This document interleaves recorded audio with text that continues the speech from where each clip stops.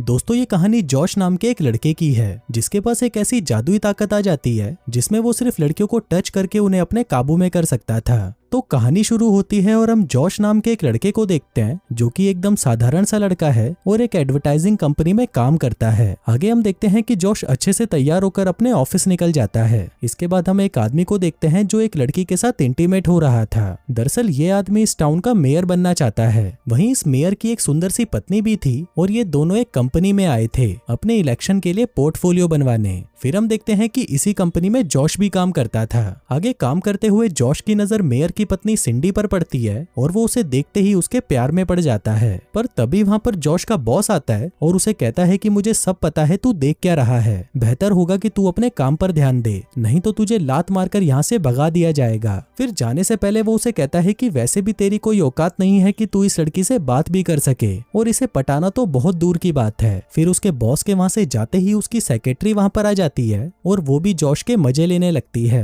कहती है कि अब भी तुम्हें कोई लड़की मिली है या नहीं। जॉश कहता है कि मेरे पीछे तो लड़कियों की लाइन लगी पड़ी है और आज सुबह ही मैं 2 लड़कियों के साथ इंटीमेट होकर आया हूँ। फिर उसके जाते ही वहाँ पर सिंडी आ जाती है और जॉश से कहती है कि दरअसल मेरा नौकर चला गया है, तो क्या तुम मेरे बॉक्स उठाने में मदद करोगे। अब जॉश सिंडी को कैसे मना कर सकता था, जिसके बाद वो उसके बॉक्स को उठाकर उसके पीछे पीछे जाने लगता है। इसी दौरान हम 2 गधे मैडी और रायन को देखते हैं जो कि पार्क में लड़कियों को छेड़ने आए थे। तभी रायन एक लड़की के पास जाता है और उसे कहता है कि आप मेरी सर्विसेज लेना चाहोगे, क्योंकि मैं जो कर सकता हूँ वो आपका बॉयफ्रेंड भी नहीं कर सकता, और अगर आप मेरी सेवाएं लेना चाहते हो तो आप मेरी वेबसाइट पर जाकर मुझे बुक कर सकते हो। इसके बाद ये दोनों रिलैक्स होने के लिए स्टीम बाथ लेने जाते हैं, पर ये गधे गलती से लड़कियों के सेक्शन में घुस जाते हैं जहाँ से इन्हें जूते मारकर भगा दिया जाता है। फिर ये लोग भागते भागते पार्क में आते हैं और जॉश से टकरा जाते हैं। तभी जाने से पहले मैडी जॉश को अपना कार्ड देकर जाता है। इसके बाद जॉश सिंडी के घर पहुंचता है जो कि बहुत बड़ा था। फिर सिंडी जॉश को अपनी 3 नौकरानियों से मिलवाती हैं जो कि काफी टाइम से इंटीमेट होने के लिए तड़प रही थी। तभी सिंडी जॉश को अपने कमरे में ले जाती है और उसे अपने साथ इंटीमेट होने के लिए इशारे देने लगती है। लेकिन फिर कुछ ही देर में वहां पर उसका पति भी आ जाता है और ये सब मिलकर एक एड शूट करने लगते हैं। अब शूटिंग के दौरान सिंडी जॉश से ही चिपकी पड़ी थी, जिस वजह से उसके पति को ये देखकर बहुत गुस्सा आ रहा था। आगे एड की शूटिंग स्टार्ट होती है, लेकिन तभी मेयर अपनी स्क्रिप्ट भूल जाता है और अपना सारा गुस्सा जॉश पर निकालने लगता है। फिर उसी रात मेयर और सिंडी आपस में बातें कर रहे थे, जहाँ पर सिंडी कहती है कि मुझे इस कंपनी का बॉस 1 नंबर का गधा लगता है, क्योंकि वो बस हर टाइम मुझे ही देखता रहता है। इस पर मेयर कहता है कि तुम हो ही इतनी खूबसूरत कि हर कोई तुम्हें देखना चाहता है। सिंडी कहती है कि हाँ, हर कोई सिवाय तुम्हारे। और यहाँ पर हमें पता चलता है कि सिंडी मेयर से चिड़ी हुई थी क्योंकि वो काफी टाइम से उसकी जरूरतों को पूरा नहीं कर रहा था। दरअसल मेयर का फोकस अभी अपने इलेक्शंस पर था, इसलिए वो सिंडी पर ज्यादा ध्यान नहीं दे रहा था। लेकिन सिंडी को तो अपनी जरूरतें पूरी करनी ही थी, इसलिए वो दूसरे आदमियों को भी मौका देने लगती है। इसके बाद हम फिर से उन्हीं 2 गधे रायन और मैडी को देखते हैं जो कि एक सेमिनार में स्पीच दे रहे थे।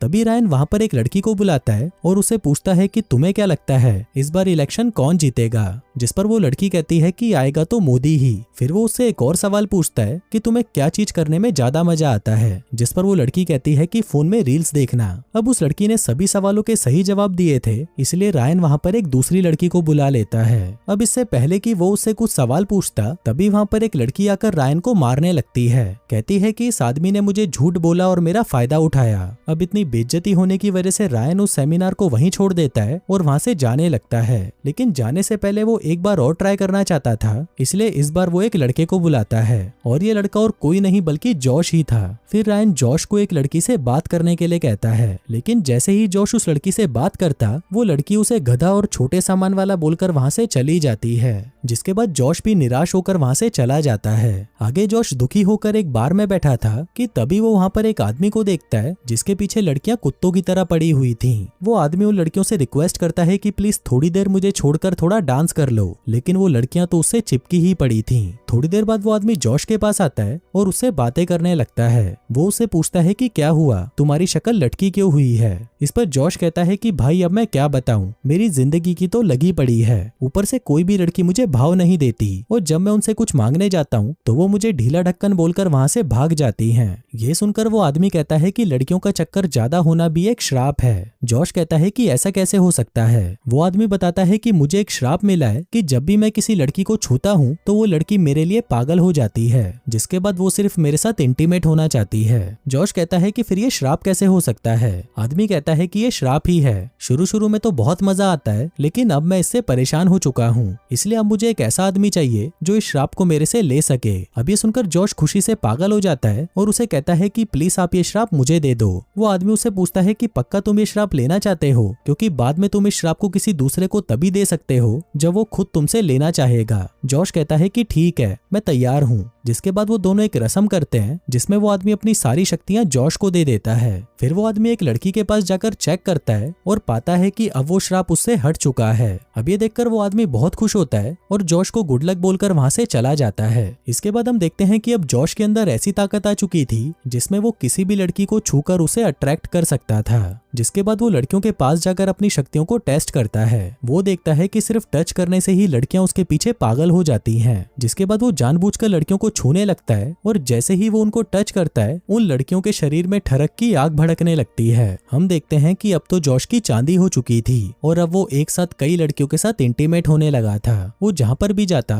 लड़कियों को सम्मोहित करके उन्हें अपने पीछे पागल कर देता। अब कई दिनों तक तो उसका ये कार्यक्रम ऐसे ही चलता है, लेकिन कुछ दिनों बाद वो इससे बोर हो जाता है। वो सोचता है कि ये काम तो बहुत ही मुश्किल है और सच में ही ये एक श्राप है। जिसके बाद वो अब लड़कियों से बचकर चलने लगता है, क्योंकि अब वो इतनी ज्यादा बार इंटीमेट हो चुका था कि अब उसके शरीर के अंदर ताकत ही नहीं बची थी। जिसके बाद अब वो लड़कियों से भागने लगा, लेकिन फिर जब लड़कियां उसे पकड़ लेती तो वो उन्हें कहता कि प्लीज तुम मुझे रिकवर होने के लिए थोड़ा टाइम दे दो, मैं तुम्हें खुश कर दूंगा। जिस पर वो लड़कियां भी मान जाती।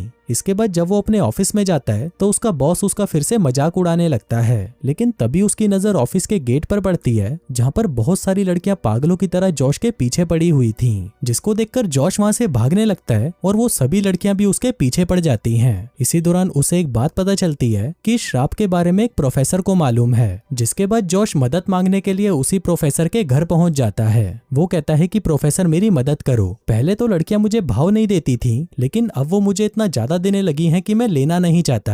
अब उसकी ये परेशानी सुनकर वो प्रोफेसर उसे कहानी सुनाता है। कहता है कि एक बार एक आदमी को बहुत सारे बच्चे चाहिए थे, लेकिन उसके शरीर में इतना दम नहीं था कि वो अपनी पत्नी को बच्चा दे सके। अब इससे परेशान होकर वो एक बाबा के पास गया। वो कहता है कि बाबा प्लीज मेरी हेल्प करो, लेकिन वो बाबा भी उसकी हेल्प नहीं कर पाता। फिर एक रात बाबा को एक सपना आता है और इस सपने में उसे वही ताकत का पता चलता है जो आज तुम्हारे पास है। जिसके बाद बाबा उसके साथ वही रस्म करके उसे वो ताकत दे देता है। फिर ताकत के आ जाने पर वो अपनी पत्नी को इतने बच्चे देता है कि वो क्रिकेट की एक पूरी टीम बना लेते हैं। जिसके बाद धीरे धीरे करके ये ताकत एक इंसान से दूसरे इंसान में ट्रांसफर होती गई और फाइनली आज तुम्हारे पास आ गई और अब तुम इस ताकत को किसी को भी दे सकते हो अगर वो आदमी तुमसे लेना चाहता है तो। इसके बाद जब जॉश उसके घर से बाहर निकलता है तो हम देखते हैं कि वहाँ पर उसका बॉस भी था जो छुपकर उनकी बातें सुन रहा था। फिर अगले दिन जब जॉश ऑफिस जा रहा था तभी उसके पीछे फिर से लड़कियां पड़ जाती हैं। इसी दौरान उसे वो दोनों गधे भी देख लेते हैं और सोचते हैं कि इसके पीछे इतनी लड़कियां पड़ कैसे रही हैं। जिसके बाद जॉश की इस पावर की बात धीरे धीरे सभी को पता चल जाती है। वहीं न्यूज में भी इसी की बातें होने लगी थी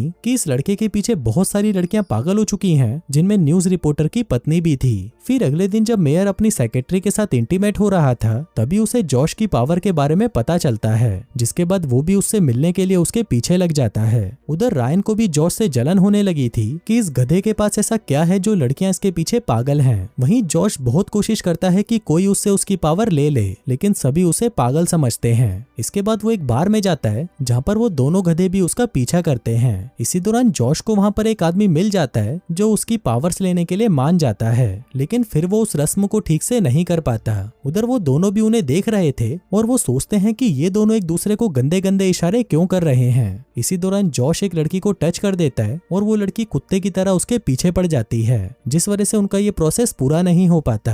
उधर मेयर जॉश के बॉस से कहता है कि मुझे भी जॉश की पावर्स चाहिए, जिस पर उसका बॉस मान जाता है और कहता है कि इसके बदले मुझे पैसा चाहिए। फिर वो उसे बताता है कि ये एक रस्म है जिसको करके तुम्हें ये पावर्स मिल सकती हैं। इसके बाद जब जॉश वहाँ पर आता है तो मेयर उसको देखकर वही गंदे गंदे इशारे करने लगता है, लेकिन इससे कुछ नहीं होता। इसी दौरान उसे वहाँ पर वही प्रोफेसर मिलता है जो उसे बताता है कि ये श्राप तभी काम करेगा जब सामने वाले का दिल साफ होगा, और अगर सामने वाला कोई बुरा इंसान निकला तो तुम्हारा ये श्राप उल्टा पड़ सकता है, मतलब कि जो तुम्हें पसंद करते हैं वो तुमसे नफरत करने लगेंगे। इसके बाद जब जॉश वहाँ से बाहर आता है तो रायन उसे किडनैप कर लेता है और उसे अपने साथ ले जाने लगता है। फिर रायन उसे कहता है कि तुम्हारी ताकत सिर्फ मुझे मिलनी चाहिए क्योंकि ये पावर्स मैं डिजर्व करता हूँ, जिस पर जॉश कहता है कि ये एक श्राप है और अगर तुम इसे लोगे तो बहुत पछताओगे। लेकिन रायन फिर भी ये ताकत लेने के लिए तैयार हो जाता है। इसके बाद जब ये दोनों वो रस्म कर रहे थे तभी वहाँ पर वो मेयर भी आ जाता है, पर तभी जॉश उसको मारकर सुला देता है। फिर अपनी पावर्स देने के बाद फाइनली जॉश को रिलीफ महसूस होता है क्योंकि अब वो इस श्राप से मुक्त हो चुका था।